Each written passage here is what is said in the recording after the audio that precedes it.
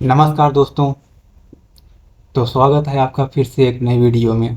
तो दोस्तों आज हम पढ़ने जा रहे हैं रीजनिंग का चैप्टर एनालॉजी। तो चलिए स्टार्ट करते हैं। तो चलिए वीडियो स्टार्ट करते हैं। दोस्तों ये नोट्स मेरी ही हैं। मैंने खुद पढ़ने के लिए मैंने नोट्स को बनाया है।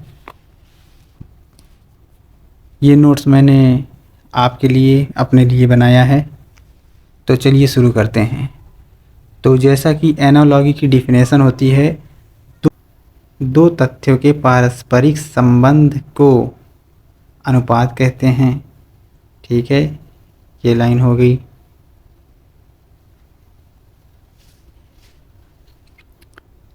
यदि ये संबंध एक समान मतलब समान हो तो इन्हें समानुपात कहते हैं।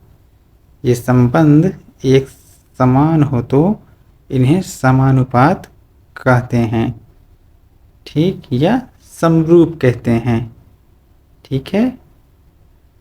समरूपता मुख्यतः तीन प्रकार की होती है। ये तीन हैं: वर्णमाला, संख्या समरूपता और शब्द समरूपता। ये पहला हम पढ़ेंगे अब, वर्णमाला समरूपता। ठीक है। तो वर्णमाला समरूपता क्या कहती है? वर्णमाला समरूपता में पहला पद जो है ये है। पहले पद की पहले मान की तुलना दूसरे पद के पहले मान से की जाती है। यानी कि पहले पद का पहला मान और दूसरे पद के पहला मान ये हो गया। ठीक है। मान से इनकी तुलना की जाती है और तीसरे पद के पहले मान की तुलना चौथे पद के पहले मान से की जाती है। तीसरा पद ये है, पहला मान ये है और इसका चौथे पद के पहले मान से इसकी तुलना की जाती है। वर्णमाला समरूपता में हम देखेंगे। ठीक है। उदाहरण के लिए इसको देख लीजिए। इसमें पहले पद का इससे हुआ है। इसमें हम तीन तीन का पद बनाएंगे। तीन का इधर, तीन का इधर। इसमें भी तीन का ये, तीन का ये। इस तीर को लिया, इसके पहले पद में इसका जस्ट उल्टा कर दिया। ई पहले, एल, उसके बाद पी, उसके बाद ये दूसरा पद लिया। ई पहले, एस बीच में, ए लास्ट में। वैसे इसमें भी कर दिया। एस पहले कर दिया, ई बीच में, जी हो गया ये, और आर पहले कर दिया ये वाला, यहाँ पर यू टी कर दिया। ठीक है। चलिए आगे बढ़ते हैं। अब आ जाता है हमारा संख्या समरूपता। तो संख्या समरूपता यानी नंबर एनालॉजी में हम देखते हैं।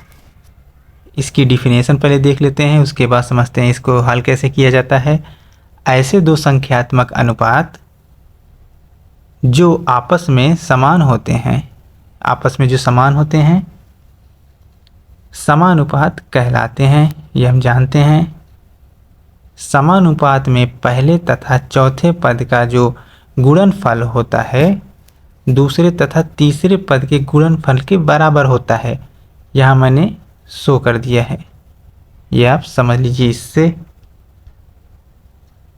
अर्थात बाह्य पदों यानी बाहरी पद का गुणनफल अंतः पद के गुणनफल के बराबर होता है।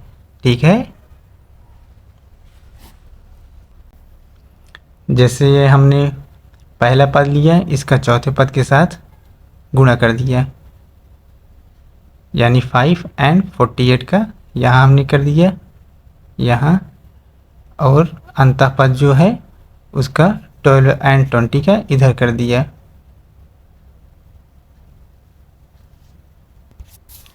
और इनका गुणा करने पर जो आंसर आएगा वो आपका आंसर हो जाएगा। इसका फार्मूला होता है ये, वो बन जाएगा आपका formula a into D, B into C. ये आप फार्मूला नोट कर लीजिएगा। ठीक है। इसको आप नोट कर लीजिएगा, नोट डाउन करके ऐसे। अगर ऐसी स्थिति आती है तो, जैसे कि गुणा तथा वर्ग की अगर स्थिति आती है, गुणा तथा वर्ग की स्थिति आती है, तब हम इसका वर्ग वाला जो होगा उसको वरीयता देंगे। ओके, यहाँ उदाहरण से हम समझते हैं। ये 25 का, ये मतलब 5 का वर्ग किया हमने और 5 से गुणा भी किया, 5 का वर्ग किया ये 25 आया, और 5 से गुणा भी किया तब भी 25 ही आया। और आगे यहाँ समानुपात का चिन्ह लगा हुआ है, आगे ये 25 का हमने वर्ग किया 625 आया, और इसका 5 से गुणा किया 125 आया। तो यहाँ पर 125 यानी गुणे वाले को नहीं लेंगे, वर्ग वाले को वरीयता देंगे हम। तो आंसर हमारा हो जाएगा 625। ठीक है, ऐसे ही मैंने और ढेर सारे उदाहरण दिए हैं, आप करिएगा इसको। ये सारे उदाहरण हैं।